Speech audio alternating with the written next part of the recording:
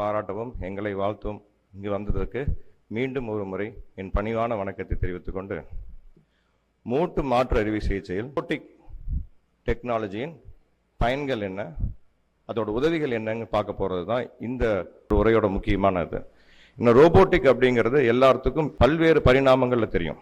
So ஒவ்வொருத்தருக்கும் ஒவ்வொரு புரிதல் இருக்குது. ஸோ சாதாரணமாக நம்ம வீட்டில் யூஸ் பண்ணுற கிளீனிங் ரோபோட்டில் இருந்து எல்லா ஃபங்க்ஷன் வெல்கம் ரோபோட்டில் இருந்து நம்ம படத்தில் பார்க்குற ரோபோட் வரைக்கும் எல்லாமே டிஃப்ரெண்ட் பரிணாமங்கள் இருக்குது. ஸோ அப்போ இந்த ரோபோட்டிக் டெக்னாலஜி மூட்டு மாற்று அறுவை சிகிச்சையில் எதுக்காக உபயோகப்படுத்தப்படுதுங்கிறதா இன்றைக்கி நாம் பார்க்க போகிறோம். அதில் மூட்டு வலினா என்ன, அந்த மூட்டு வலியில் மூட்டு தேய்மானம்னா என்ன, இந்த மூட்டு தேய்மானத்துக்கு எப்போ மூட்டு மாற்று அறுவை சிகிச்சை செய்ய வேணும், அந்த மூட்டு மாற்று அறுவை சிகிச்சையை இவ்வளோ காலங்களாக எப்படி செய்து கொண்டு இருக்கிறோம், இதில் ரோபோட்டிக் டெக்னாலஜினால என்ன பலன்கள் இருக்குன்னு பார்க்கலாம். இந்த மூட்டு வலி எல்லாத்துக்கும் தெரிஞ்ச மாதிரி ரொம்ப ஒரு கொடுமையான வலி. அந்த வலி அனுபவிக்கிறவங்களுக்கு மட்டும்தான் ஒரு உண்மையான வேதனை தெரியும்னு சொல்லுவாங்க.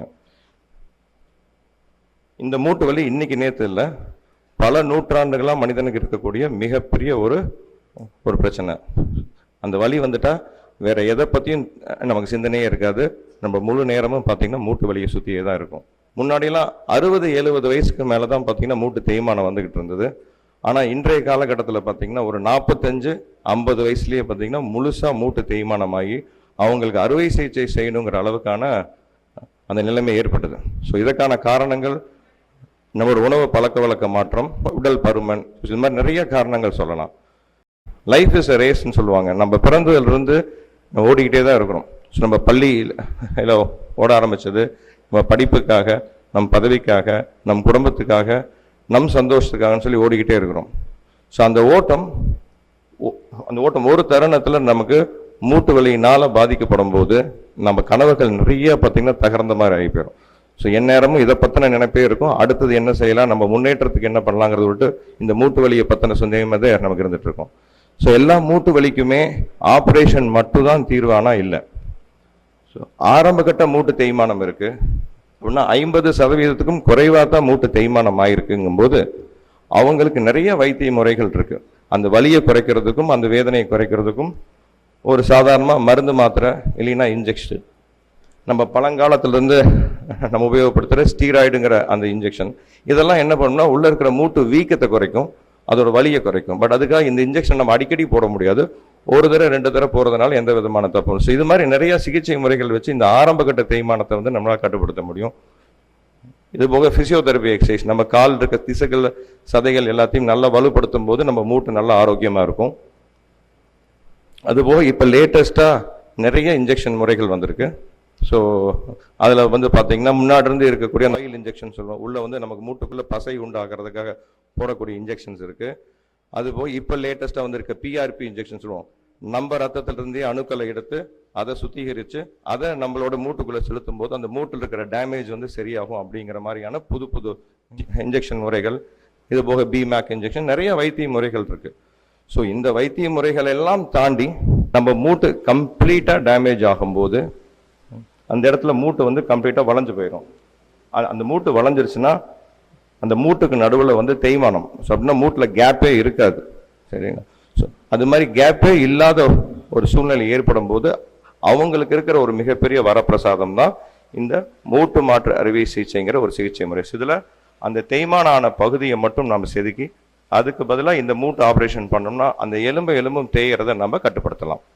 ஸோ இந்த மூட்டு மாற்று அறுவை சிகிச்சை இன்று நேற்றில் ஒரு 50 வருஷத்துக்கு முன்னாடி ஆரம்பிக்கப்பட்ட சிகிச்சை முறை.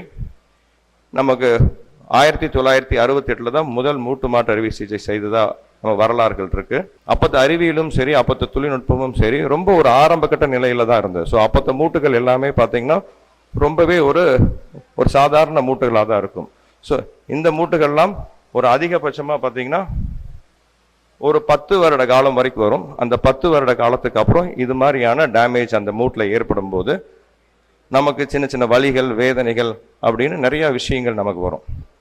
ஸோ ஒரு 60-70 வயசுக்கு மேலே இருக்கும்போது இவங்களுக்கு இது மாதிரி ஒரு 10 வருடம் வரக்கூடிய மூட்டுகள் போட்டோம்னா அது ஓகே.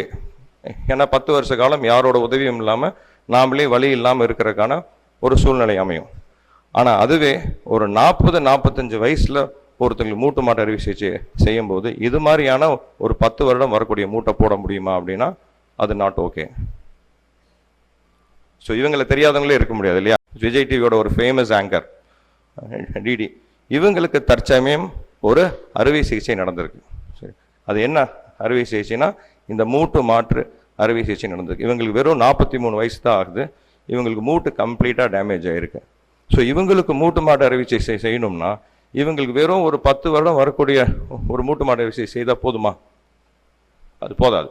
ஸோ கண்டிப்பாக இவங்களுக்கு அதிக ஆயுட்காலம் வரக்கூடிய மூட்டை தயாரிக்கணும். அப்படி அதே மாதிரி அதிக ஃபங்க்ஷன், அதிக செயல்பாடு இருக்கக்கூடிய மூட்டை தயாரிக்கணும். இதுதான் அறிவியலுக்கும் தொழில்நுட்பத்துக்கு இருக்கிற ஒரு மிக பெரிய சேலஞ்ச். இதை மையமாக வச்சு தான் பார்த்தீங்கன்னா அறிவியல் வளர்ச்சியும் தொழில்நுட்ப வளர்ச்சியும் வேகமாக வளர்ந்தது. அந்த வேகமாக வளர்ந்ததை நம்ம 2 பாகமாக பிரிக்கலாம்.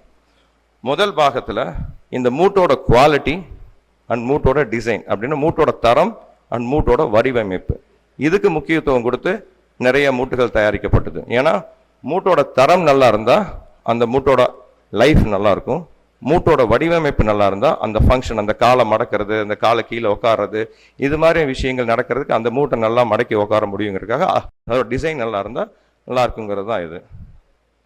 ஸோ நாம் சிம்பிளாக புரிஞ்சுக்கணுன்னா, நம்ம அன்றாட வாழ்க்கையில் யூஸ் பண்ணக்கூடிய கார் இருக்க டயரோட குவாலிட்டி எந்த அளவுக்கு முக்கியமோ அந்த அளவுக்கு தான் அந்த டயரோட லைஃப் வரும் இல்லையா?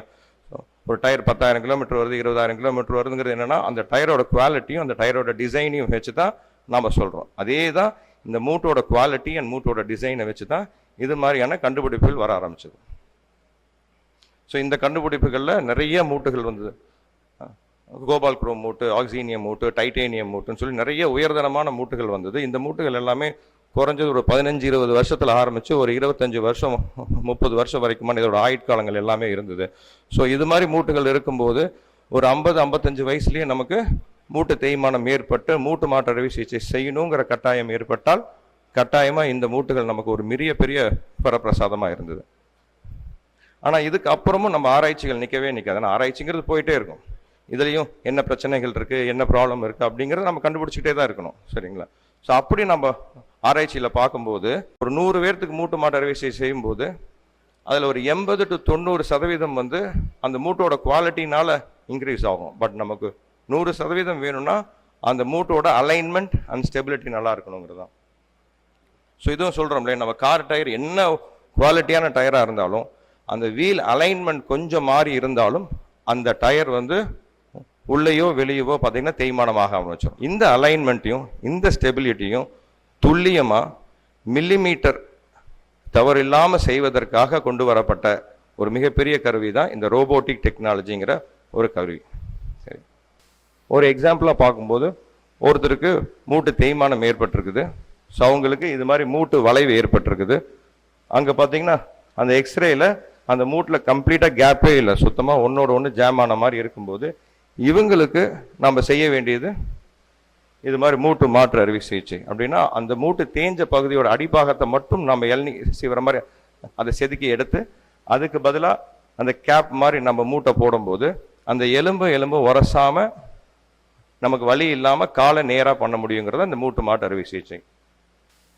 இது மாதிரி அந்த கால் வளைஞ்சிருக்கிறத நேர்படுத்தி அந்த எலும்பில் மூட்டு உரசாத மாதிரி செய்கிறது தான் இந்த அறுவை சிகிச்சையோட ஒரு மிகப்பெரிய மையக்கருத்து. ஸோ இப்போ இந்த அறுவை சிகிச்சையை நம்ம இதுவரைக்கும் எப்படி செஞ்சுக்கிட்டு இருந்தோம் அப்படின்னா, மருத்துவர் அவரோட அனுபவம் அவரோட திறமையும் வச்சு அவரோட கைகளால் செய்யப்படுற பேர் தான் கன்வென்ஷனல் மெத்தட்னு சொல்லுவோம்.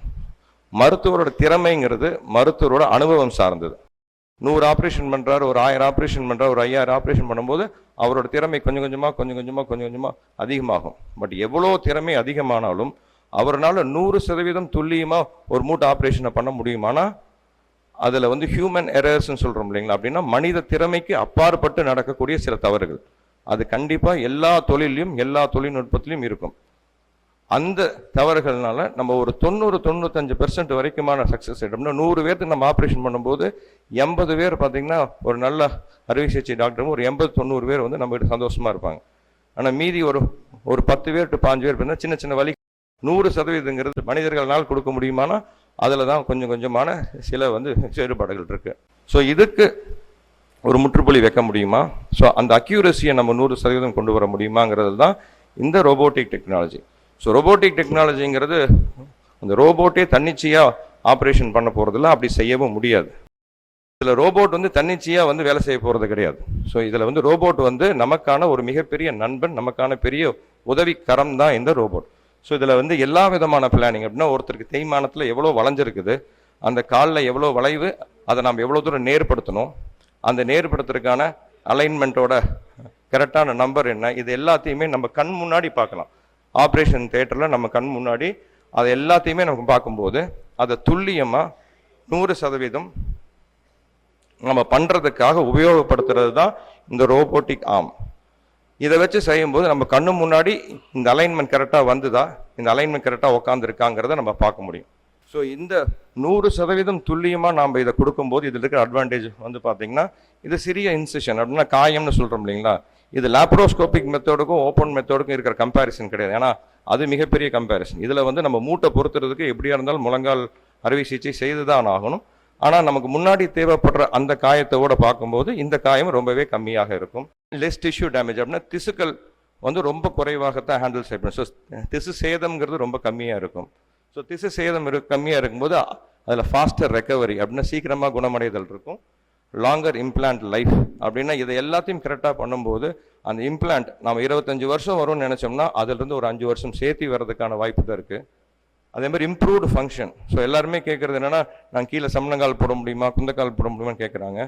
நான் ஆப்ரேஷன் பண்ணுற பேஷண்ட்டுக்கு என்னோட சுயநலத்துக்காக என்ன சொல்லுவேன்னா, அப்படி பண்ணாதீங்க, ஏன்னா அந்த மூட்டோட லைஃப் அதிகமாக வேணும், அப்போ தான் என்னோட பேர் அதிக நாள் நிற்குங்கிற மாதிரி நான் சொல்கிறேன். பட் ஆனால் ஆக்சுவலாக மார்க்கெட்டிங்காக இவங்க தயாரிக்கிறது வந்து பார்த்தீங்கன்னா, நம்ம கீழே உட்காரலாம், சமணங்கால் போடலாங்கிற மாதிரியான ஒரு கண்ணோட்டத்தில் தான் அவங்க எல்லாமே தயாரிக்கிறாங்க.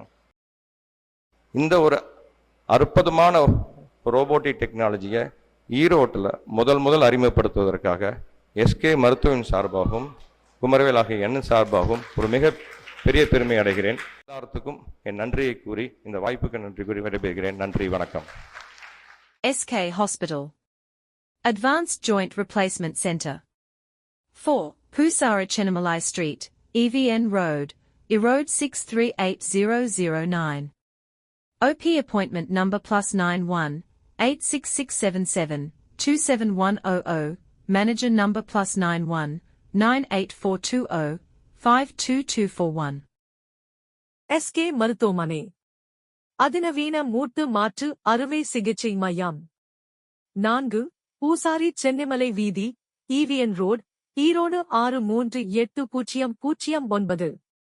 OP அப்பாயின்ட்மெண்ட் எண் 8667727100 மற்றும் மேலாளர் எண் 9842052241.